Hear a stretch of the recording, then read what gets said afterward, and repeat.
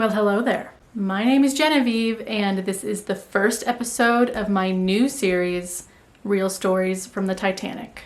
Every week, I'll be giving you an in-depth scoop of a real person or associated persons who traveled tragically on the Titanic back in 1912. I'll tell you their story, their experience, and near the end of the video, I will let you know whether they lived or died during the tragedy. And if they did survive, I'll tell you how they handled the rest of their lives living with the post-traumatic stress that naturally came with being a survivor of the Titanic. Everyone had a really different way of dealing with it, and it's fascinating. If you like what you see here, please give this video a thumbs up and do not forget to subscribe to my channel so that you do not miss out on next week's episode. And with that said, let's just jump right into our very first story, and that is of Father Francis Browne. So Francis Browne was born to a wealthy Irish family on January 3rd, 1880. He was born in Cork, Ireland, and he was the youngest of 8 children. And unfortunately, he was the youngest because his mother passed away 8 days after he was born from what was called then childbed fever.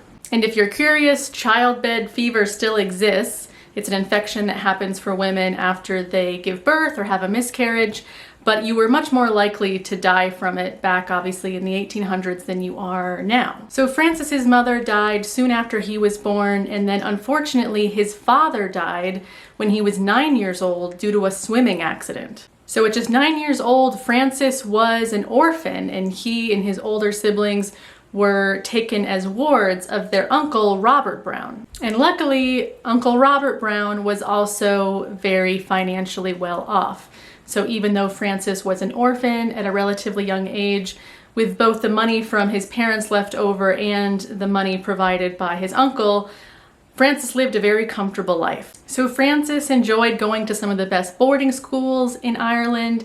Also, his uncle was an Irish Jesuit priest. And it seems like that because Francis's uncle was a priest, it inspired Francis to start studying pretty young and also became a Catholic Jesuit priest. And when Francis was just 17 years old and he was just finishing up some of his studies at boarding school, his uncle gifted him with a camera. And this is like a rare and also very expensive gift. Remember, this is now 1897 that Francis Browne is 17 years old. So in 1897, it was not common nor cheap to give someone a camera. But it was an incredibly fateful gift for Francis to receive because it inspired this lifelong love of photography. And years later, in 1912, when Francis was 32 and he had successfully become a priest, his uncle gave him another gift, and that was a first-class ticket on the RMS Titanic. Again, not cheap. We can deduce that both the camera, Titanic ticket, not cheap items. These people have money. And money aside, getting a ticket to ride on the Titanic was a big deal for everyone.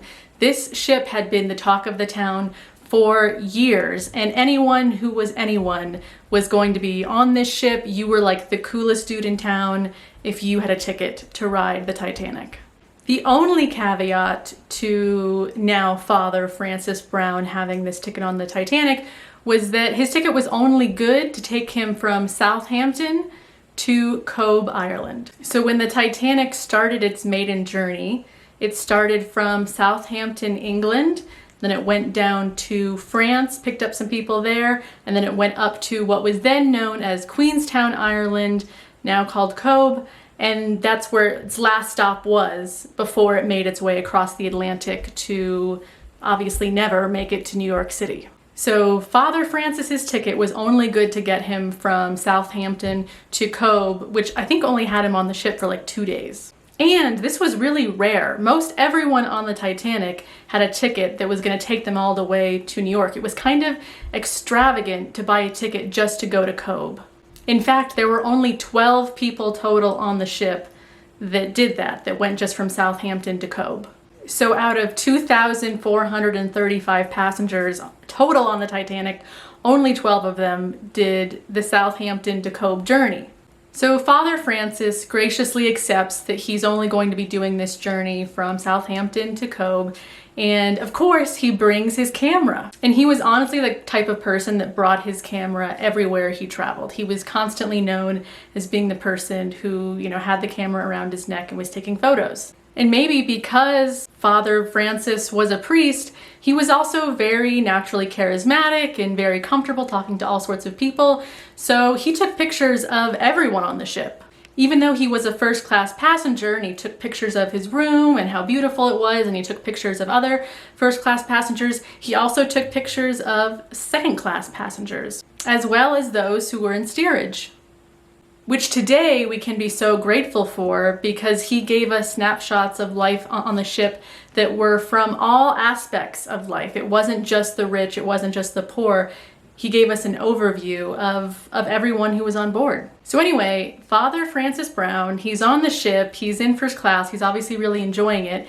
And because he's enjoying it, of course he wants to stay longer, and he's this charismatic priest.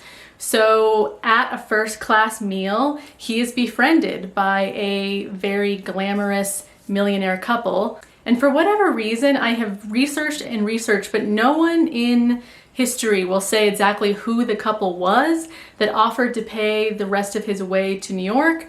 But for whatever reason, I can't find who they were. All I know is that it was a young, very rich American couple who really took to the priest, and they told him, hey, if you want to go with us to New York, we'll pay the rest of your way to stay with us in first class. And all we expect from you is that you just be our companions and our priestly friend who does stuff for us. And Father Francis was like, yes, of course he wanted to go the full journey. It felt probably really sad to him that he had to get off in Cove before he could, experience the full journey of going all the way to New York. So while he was on the ship, he sent a wire to his superior back at the Jesuit priestly office. I don't know the official word for that, but at his Jesuit superior, he sent a wire asking if he was allowed to stay for the rest of the journey on the Titanic. And his superior very famously wired back in all caps, "Get off that ship." Obviously, the Jesuit community did not want Father Francis Browne to be going to America. That would probably be a distraction from all of the priest service stuff he was supposed to be doing for them in Ireland. So obviously they really didn't want him to go to America, because then who knows when he's going to come back or what. So they were like, get off that ship. And today we all thank our lucky stars that he did get off that ship, because if he had not gotten off the ship, we would not have any of the images that he took on board the Titanic. So it's at this point in the video that I'd like to show you a little more in depth the photos that Francis Browne took on his stay at the Titanic.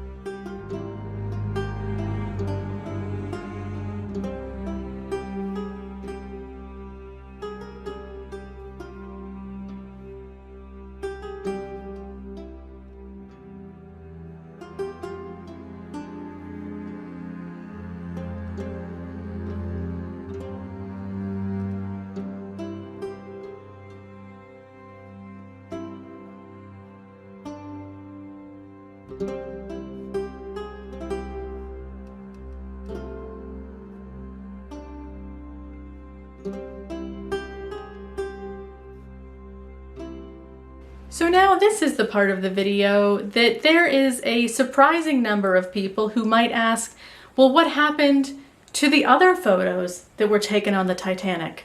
And I say a surprising number of people because I think any number over 0 people who are asking that is is a surprising number. So of course there were other photographers and other footage. There's probably even videos, 1912 versions of YouTube vloggers taking video and photos on board the Titanic, probably tons.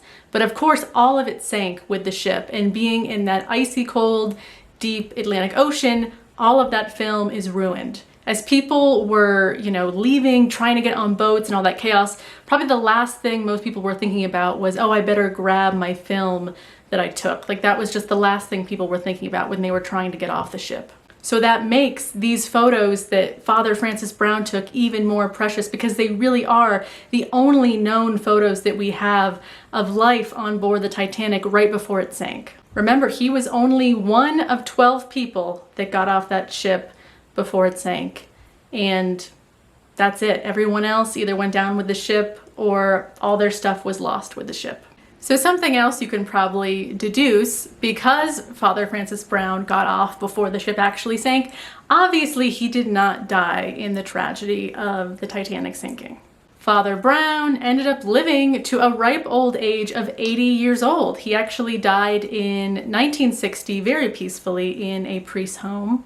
But understandably, his whole outlook on life really changed after the Titanic sank, just after he had gotten off the ship. It was often talked about that Father Francis Browne would often use Titanic stories and allude to the Titanic constantly in his sermons and in lectures that he would do. He just couldn't stop thinking about the Titanic. He kind of became obsessed with it. He was also a bit of a smart businessman, in that right after the Titanic sank, he knew, hey, I am probably the only one who has photos of life on that ship.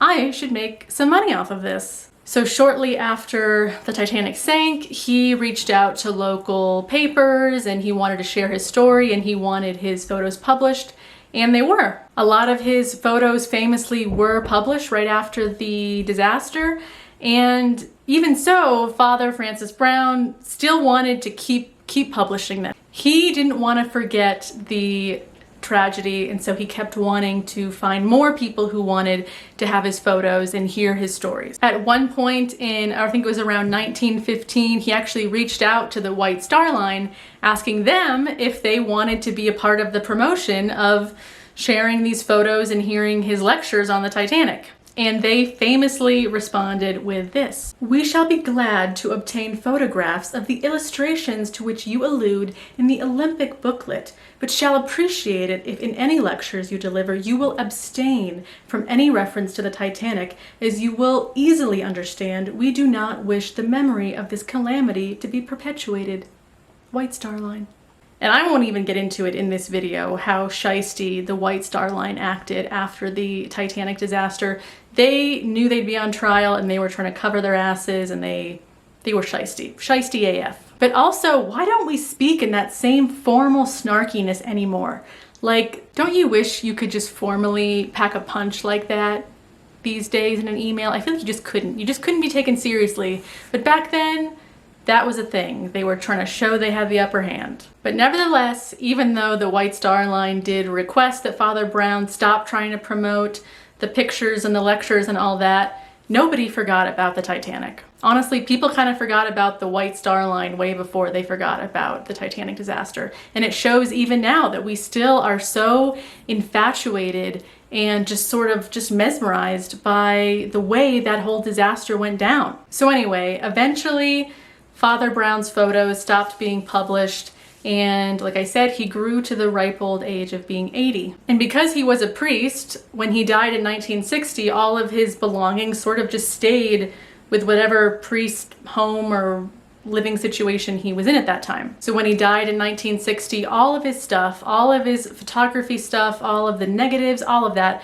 just sort of stayed in this priest's home. And honestly, all of it was kind of forgotten about. Until 1985, 25 years after Father Browne's death, we have a new priest, Father Eddie O'Donnell, who discovers the negatives in the priest's home, and he decides to publish them again. So all these years after the Titanic happened, these photos were taken and had been forgotten. They resurfaced, and it was like we had discovered gold again. It was like seeing the pictures anew for a new generation. And I know that for many generations to come, we will be so grateful that we have Father Francis Browne's photos to show and to look back on and to see this is what the Titanic was really like just before it sank.